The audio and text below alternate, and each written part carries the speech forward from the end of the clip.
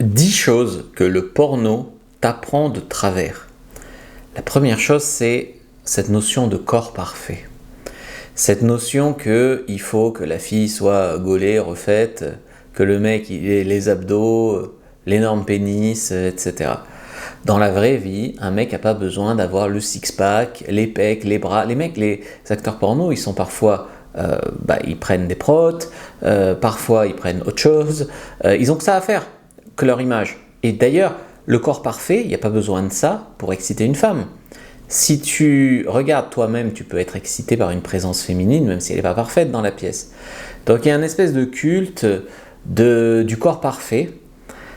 Et du coup, très souvent, les mecs se dérèglent parce qu'ils veulent plus que des femmes refaites, plusieurs femmes à la fois, etc., que des meufs canons. Et femmes de la vraie vie, ça leur fait plus d'effet. Et eux-mêmes complexes sur leur corps. 2. La taille du pénis.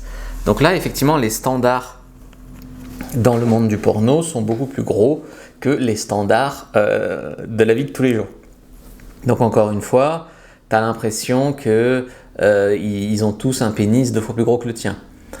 C'est pour ça, moi, que par exemple, si un jour je me lance dans le porno, je ferai du porno normal. C'est-à-dire, un porno où un mec normal, genre moi, baisse des bonnes meufs, parce que l'idée, c'est de montrer qu'on peut, en étant normal, et ramener du normal dans ce monde-là.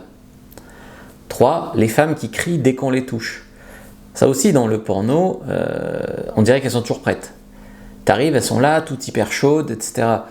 Dans la vraie vie, ça marche évidemment pas comme ça. Je te parle même pas de consentement, le consentement est important, mais je te parle qu'une femme, normalement, il faut un peu la chauffer, il faut lui donner envie, là dans le porno, elles sont presque limite plus chaudes que le mec. et du coup, je pense que ça a un rôle dans le fait qu'il y a beaucoup de mecs avec un QI très bas qui agressent des femmes en pensant que c'est comme ça qu'on fait. Ils ont vu ça dans les pornos. Dans le porno, tu as l'impression aussi que les autres mecs ont une endurance infinie. Donc comme je t'ai dit, il y a la notion de drogue, et puis il y a aussi la notion de cut. Donc dans le porno, tu as des mecs qui, en fait, ils cut, et du coup, quand ils mettent les scènes bout à bout, tu as l'impression que le mec, il fait jamais de pause. Tu vois, donc ça aussi, des fois, ils se filment la même chose sur plusieurs angles, et en fait, après, ils te mettent à la suite les différents angles. Du coup, ça paraît 4 fois plus long. Donc oui, l'endurance des acteurs porno aussi. Et puis après, je les comprends. C'est ton boulot, t'as pas forcément toujours envie, et puis tu le fais tout le temps. Donc ils peuvent être plus endurants que la moyenne. Après, il y a tout ce qui est position irréaliste. Dans le porno, on te dira toujours mets-toi dans cet angle-là, que je puisse bien voir le truc qui rentre, qui sort. Du coup, les gens font des positions pour le spectacle, parce que c'est un divertissement. Alors que dans la vraie vie, on fait des positions pour le plaisir et le confort. Donc là, de même, si un jour je lance un truc, je ferai des positions normales de la vraie vie. Alors, personne ne communique et tout s'aligne parfaitement. Ouais, ils savent quand changer de position, ils savent tatati tatata. Dans la vraie vie, faut un peu s'adapter, un peu de communication, un peu lui demander si elle veut plus ou moins fort, plus ou moins de doigts, etc. Dans le porno, tu vois jamais ça. Croire que vous y apprenez de réelles pratiques. Alors, non, le porno, c'est apprendre pour ce que c'est, c'est-à-dire un divertissement. Dans le porno, au-delà des positions un peu acrobatiques, sont pas. Par exemple, tu fais une levrette dans le porno, tu dois bien dégager l'angle. Tu fais une levrette dans la vraie vie, tu t'en fiches, t'es bien dedans. Donc c'est pas pareil, tu vois. Ensuite, le porno t'apprend de travers à te masturber.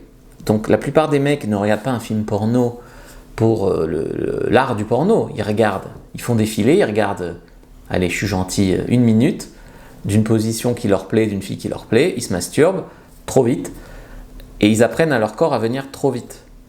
Et après, il se met en place un cercle vicieux où, en fait, ils ont besoin de toujours plus de pratiques, donc c'est-à-dire des femmes de plus en plus canons, des femmes de plus en plus à la fois, ou des pratiques de plus en plus hard, pour atteindre le même degré d'excitation. C'est comme un fumeur.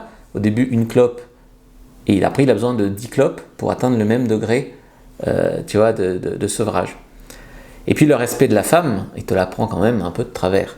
Je dis pas que toutes les femmes sont forcées à faire du porno et qu'on va les plaindre, parce qu'il y en a qui se font des fortunes là-dedans, et qui ont probablement de la nymphomanie ou un trouble narcissique.